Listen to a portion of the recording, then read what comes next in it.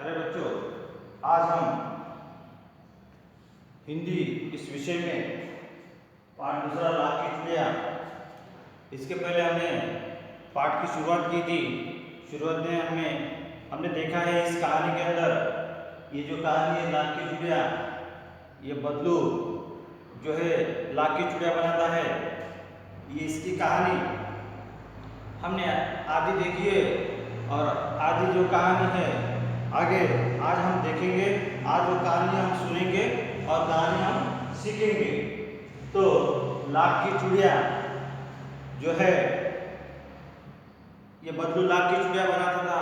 उसको अगर किसी के हाथ में, किसी दूसरी महिला के हाथ में अगर कांच की चुड़िया दिखती है तो वो कांच की चुड़िया दिख जाने के बाद वो बहुत ज़्यादा गुस्सा होता था।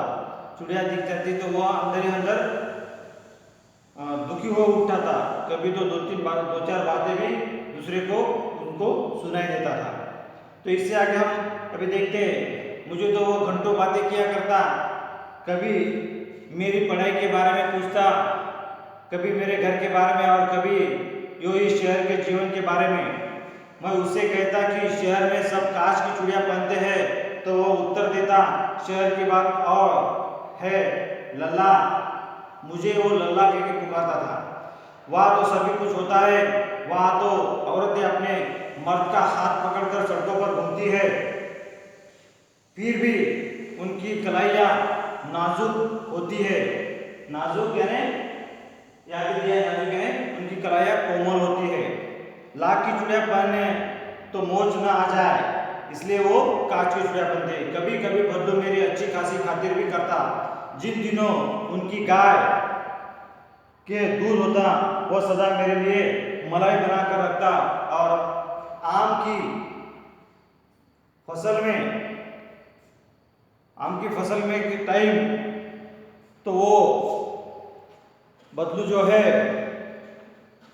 रोज उसके यहाँ से 2-4 आम खाता। मतलब आम की फसल के टाइम में बदलू के यहाँ पे जो आम रहते थे वो आम खाता था। परंतु इन सब बातों के अतिरिक्त जिस कारण में मुझे अच्छा लगता था वह था कि लगभग रोज ही वह मेरे लिए 1-2 गुलिया बना देता।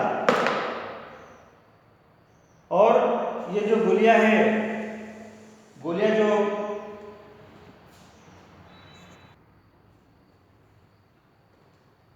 वो लाख की जो गोलियां है वो लाख की गोलियां बना देता है और इसके कारण वह मुझे अच्छा लगता था। लगभग रोज ही वह मुझे मेरे लिए 2 गोलियां बना देता था। लाख की जो चुड़िया बनाते हैं उससे ही गोलियां बना के देता था। मैं बहुधा हर गर्मी की छुट्टी में अपने मामा के यहाँ चला जाता और 1-आधा महीने वहाँ रहकर स्कूल खुलने के समय तक वापस आ जाता। परंतु 2-3 बार ही मैं अपने मामा के यहाँ गया हूँगा। तभी मेरे पिता की एक दूर के शहर में बदली हो गई और एक लंबी अवधि तक मैं अपने मामा के गांव न जा सका। तब लगभग 8-10 वर्षों के बाद जब मैं वहां गया तो इतना बड़ा हो चुका था कि लाख की गोलियां में मेरी रुचि नहीं रह गई थी। अतः गांव में होते हुए भी कई दिनों तक मुझे बदलू का ध्यान न आया। इस बीच मैंने देखा कि गांव में लगभग सभी स्त्रियां कांच की चूड़ियां पहनते हैं। विरले ही हाथों में मैंने लाख की चूड़ियां देखी है। तब एक दिन सहसा मुझे बदलू का ध्यान हो आया। बात यह हुई कि बरसात में मेरे मामा की छोटी लड़की आंगन में फिसल कर गिर पड़ी और उसके हाथ की कांच की चूड़ी टूटकर उसकी कलाई में घुस गई और उससे खून बहने लगा। मेरे मामा उस समय घर पर न थे, मुझे ही उसकी मरहम पट्टी करनी पड़ी। तभी सहसा मुझे बदलू का ध्यान हो गया और मैंने सोचा कि उससे मिल जाऊं। अतः शाम को मैं घूमते घूमते उसके घर चला गया। बदलू वही चबूतरे पर नीम के नीचे एक खाट पर लेटा था। नमस्ते बदलू काका, मैंने कहा। नमस्ते भैया, उसने मेरी नमस्ते का उत्तर दिया और उठकर खाट पर बैठ गया। परंतु उसने मुझे पहचाना नहीं और देर तक मेरी ओर निहारता रहा। मैं हूँ जनार्दन काका, आपके पास से गोलियां बनाकर ले जाता था। मैंने अपना परिचय दिया। बदलू फिर भी चुप रहा, मानो अपने स्मृति पटल पर अतीत के चित्र उतार रहा हो। और तब वह एकदम बोल पड़ा, आओ आओ लल्ला, बैठो, बहुत दिन बाद गाँव आए। हाँ, इधर आना नहीं हो सका काका। मैंने चारपाई पर बैठते हुए उत्तर दिया। चारपाई मतलब बैठने के लिए एक रस्सी से, सुतली से उसको बुना जाता है, ऐसी चारपाई रहती है। तो कुछ देर फिर शांति रही। मैंने इधर उधर दृष्टि दौड़ाई, उधर उधर देखा। न तो मुझे उसकी मछिया ही नजर आई, न ही भट्टी। तो ये जो है, उसकी जो भट्टी है वो नजर नहीं। आजकल काम नहीं करते काका, मैंने पूछा। तो नहीं लल्ला, काम तो कई साल से बंद है। मेरी बनाई हुई चुड़िया कोई पूछे तब तो गांव गांव में कांच का प्रचार हो गया है। वो कुछ देर चुप रहा, फिर बोला, मशीन युग है ना, मशीन युग है ना लल्ला। आजकल सब काम मशीन से होता है, खेत भी मशीन से जोते जाते हैं। और फिर जो सुंदरता कांच की चूड़ियों में होती है, लाख में कहाँ संभव है। लेकिन कांच बड़ा खतरनाक होता है, बड़ी जल्दी टूट जाता है। मैंने कहा, नाजुक तो फिर होता ही है लल्ला। कहते गए उसे खांसी आ गई और वह देर तक खांसता रहा। मुझे लगा उसे दमा है। अवस्था के साथ साथ शरीर ढल चुका था। उसके हाथों पर और माथे पर नसें उभर आई थी बदलू के। जाने कैसे उसने मेरी शंका भाप ली और बोला, दमा नहीं है मुझे, फसली खांसी है। यही महीने 2 महीने से आ रही है, 10-15 दिन में ठीक हो जाएगी।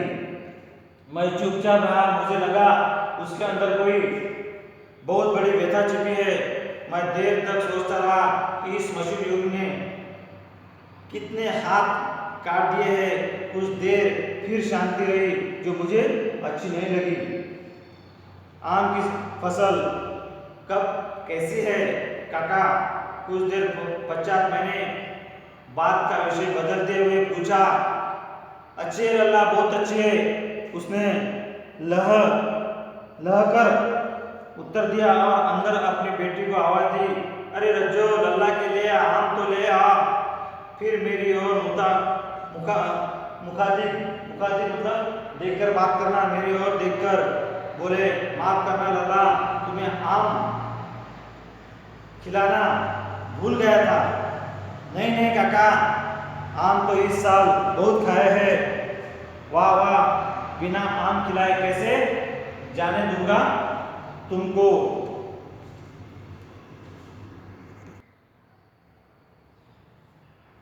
बदलू बोला कि बिना आम खाए कैसे जाने दूंगा तुमको लल्ला। तो उसके बाद मैं चुप हो गया। मुझे वे दिन याद हुआ है जब वह मेरे लिए मलाई बनाकर रखता था। गाय तो अच्छी है ना काका? मैंने लेखक ने पूछा।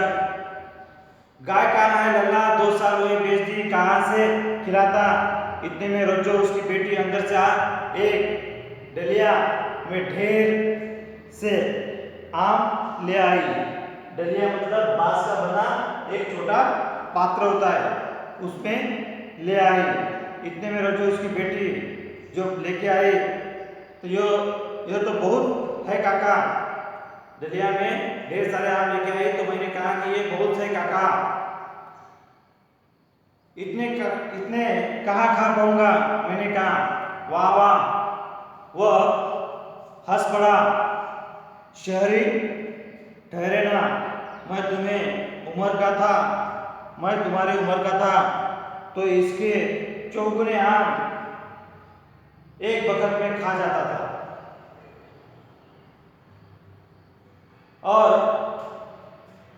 आप लोगों की बात और है, मैंने उत्तर दिया। अच्छा बेटा, लल्ला को 4-5 आम छाट कर दो, सिंदूर वाली देना। देखो लल्ला कैसे इसी साल यह पेड़ तैयार हुआ है। रज्जो ने 4-5 आम अंजुली में लेकर मेरी ओर बढ़ा दिए। आम लेने के लिए मैंने हाथ बढ़ाया तो मेरी निगाह एक क्षण के लिए उसके हाथों पर ठिठक गई। गोरी गोरी कलाइयों पर लाख की चूड़ियां बहुत ही फब रही थी।